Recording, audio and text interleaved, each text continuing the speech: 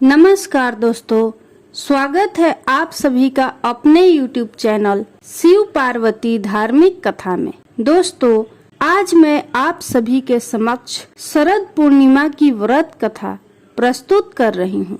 अश्विन मास के शुक्ल पक्ष की पूर्णिमा शरद पूर्णिमा के रूप में मनाई जाती है। शरद पूर्णिमा को कौमुदी पूर्णिमा, कोजागिरी पूर्णिमा, रास पूर्णिमा तथा कुमार पूर्णिमा के नाम से भी जाना जाता है।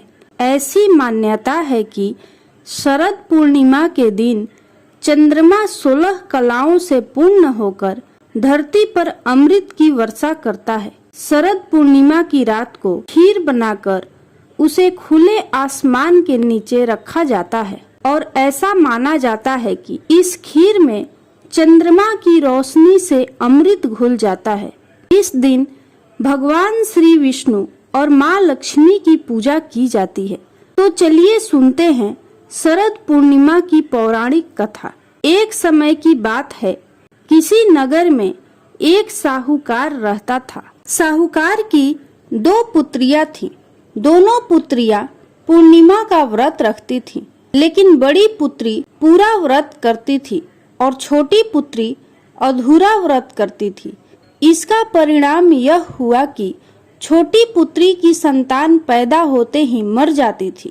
उसने विद्वान पंडितों से इसका कारण पूछा तो उन्होंने बताया कि तुम पूर्णिमा का अधूरा व्रत करती थी, जिसके कारण तुम्हारी संतान पैदा होते ही मर जाती है। पूर्णिमा का पूरा व्रत विधि पूर्वक करने से तुम्हारी संतान जीवित रह सकती है। उसने पंडितों की सलाह पर पूर्णिमा का पूरा व्रत विधि पूर्वक किया। उसके बाद उसे एक पुत्र पैदा हुआ, जिसकी कुछ दिनों बाद ही मृत्यु हो गई। उसने लड़के को एक पाटे पर लेटाकर ऊपर से कपड़ा ढक दिया, फिर बड़ी बहन को बुलाकर लाई और बैठने के लिए वही पाटा दे दिया। बड़ी बहन जब उस पर बैठने लगी तो उसका घाघरा बच्चे को छू गया। बच्चा घाघरा छूते ही रोने लगा। तब बड़ी बहन ने कहा कि तुम मुझे कलंक लगाना चाहती थी, मेरे बैठने से यह मर जाता।